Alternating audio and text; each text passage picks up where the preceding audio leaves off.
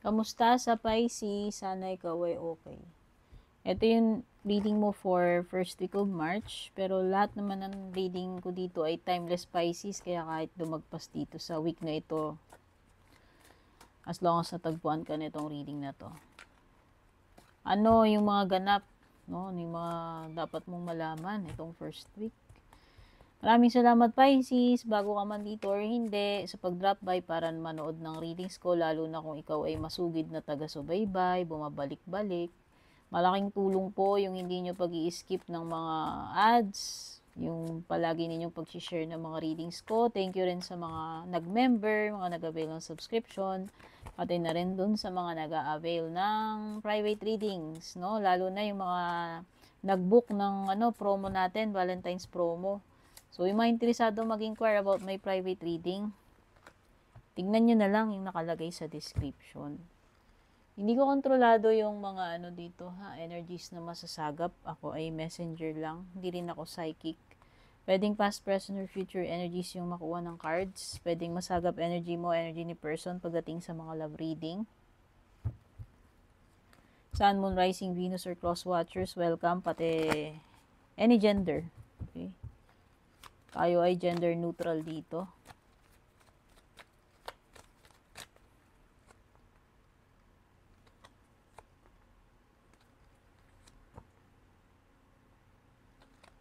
Ay, ang ganda. Ang ganda. Meron kang sun card. Wow. So, may mga signs na na-pick up yung cards natin. May kaugnayan man ito sa sitwasyon mo or wala. Banggitin ko na lang din. Pwedeng may Sagittarius, pwedeng may Pisces, pwedeng ikaw yung Pisces na yan or another Pisces. Pwede rin mayroong Virgo, Virgo, strong energy ni Sagittarius and strong energy ni Leo. Yes. Strong energy. Ayan, ang daming Sagittarius at saka Leo. Siyempre, ichichika din ni angels and guides yung mga energies about your love life. Ano yung latest chika or chismis about your love life, Pisces? Tingnan natin. What the guides are about to say about your love life this first week. And mamaya pagchichikahan natin to, unahin muna natin yung mga energies dyan sa itaas. Ganda! Ganda ng energies so far. I am loving the energies. Kasi meron kang sun card, Pisces. Unahin na natin tong sun card mo. Ito ay period ng pagiging blessed, period ng pagiging successful, pagiging maganda yung energies mo, no? Meaning masigla or healthy, meaning magaganda yung mga susunod na mangyayari, positibo, happy, no? Ito ay positive energies papunta sa iyo. At saka meron ka ring yes card. Ayan, the answer is yes. The situation or event is right on track at this time. So, kung ano man yung ginagawa mo, mukhang nasa tamang timing ka, nasa tamang landas ka, no? Ito ay confirmation. It's a go signal. It's a yes, no? Ibig sabihin, grab mo or ipagpatuloy mo yan. Okay? Kaya kung may mga katanungan kayo, ang sagot ay yes, no? Dalawang yes card, ayan, no? Sun card is a big yes. If you are seeking for a confirmation, ito na yun. Dalawang yes yan. Ito na yung palatandaan. Ito na yung green light mo to proceed or to continue. Yung iba dito, makakalaya na kayo sa kung anumang dark energies yung nag-surround sa inyo nung mga nakaraan. Manunumbalik na yung sigla, yung happiness, yung lakas, andyan yung success, no? So, lahat ng good stuff nasa sun card, no? Hindi ko na yan dahil alam na natin yan. magiging redundant tayo. Andito talaga yung matinding energy, sigla, ayan, you have the enthusiasm card, bonfire. Punong-puno ka ng drive ng energy.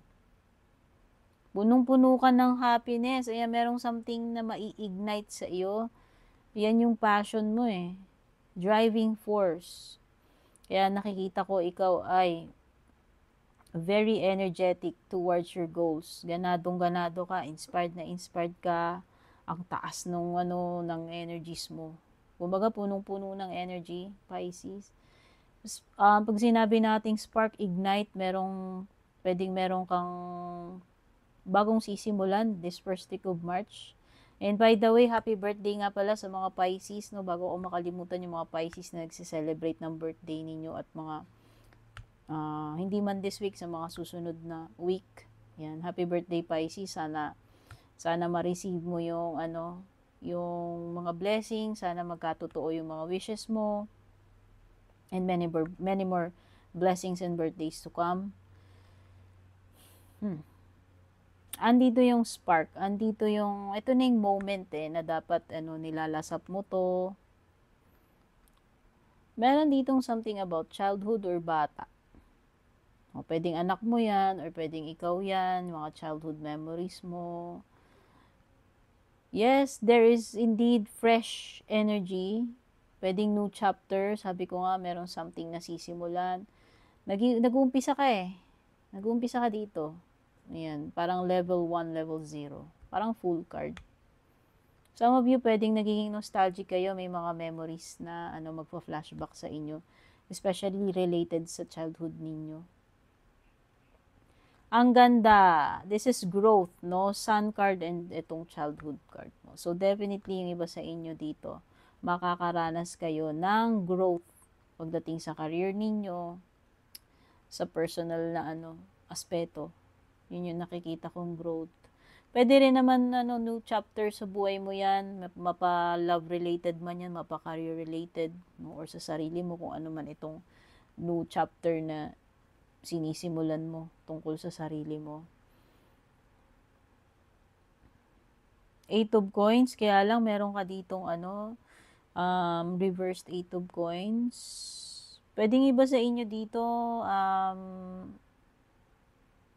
merong something na repetitive.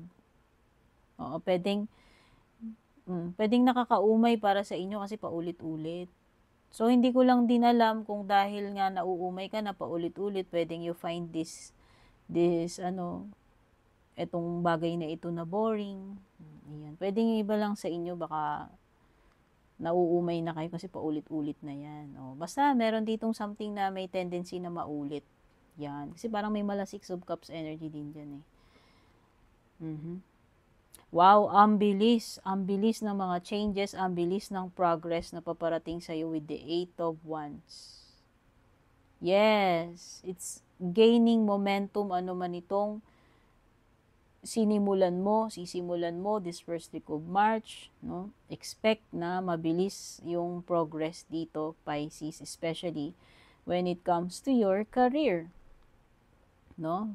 Magiging very busy ka na uli, back on track, no? Ang daming movement, madaming ganap.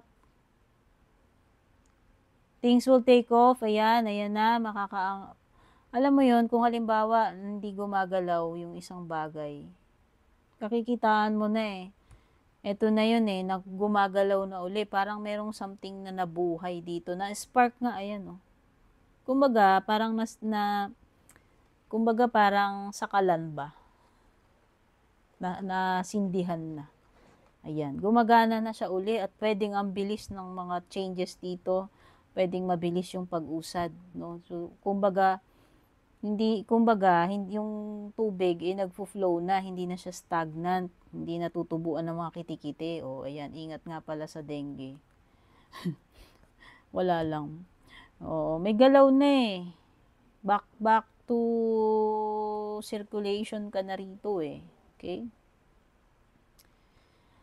May mga bagay ka, Pisces, na kailangan mong i-deal with, harapin itong first week. Oo. At huwag kang magpapa-discourage basta-basta dito. Pwede rin, haters gonna hate daw. O, ayan, pwede may mga hater ka dyan, basher ka, yung mga tao na nagdi-discourage sa iyo. Pero hindi, this is something na kailangan panindigan mo. This is something na dapat ipaglaban mo. Kasi buhay mo yan. Yun yung sinasabi dito. Huwag kang basta aatras sa laban. Yan yun. Laban ng buhay, dear. Hindi ko sinabi makipaglaban ka, dear. Basta. Ayan na. Ito na yung aha moment mo.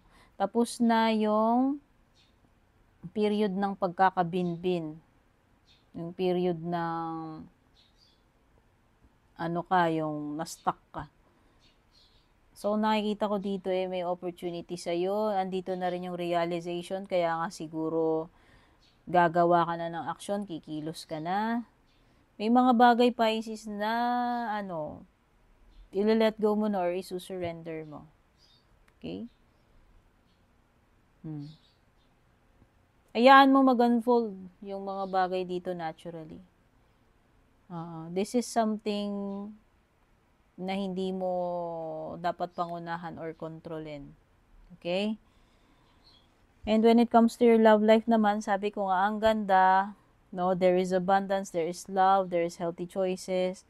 So, nakikita ko dito is a better relationship if ever na nagsisimula kayo. No? So, sa tingin ko mas better itong person na to kung bagong person to sa buhay mo. Oo, mas okay to kaysa dun sa last one. Meron ditong a period of bliss, happiness. Nandyan din yung pagiging solid ng samahan ninyo nitong person na to. Bago man kayo nito or matagal na nakikita ko na you are one. You are one. Meron din binabanggit dito about unconditional love. Tsaka meron na something na nagmamanifest dito pagdating sa inyong dalawa. Wala kang masasabi dito kundi puro pa thank you kay God, no? Kasi parang, napakaganda ng energies dito sa inyo.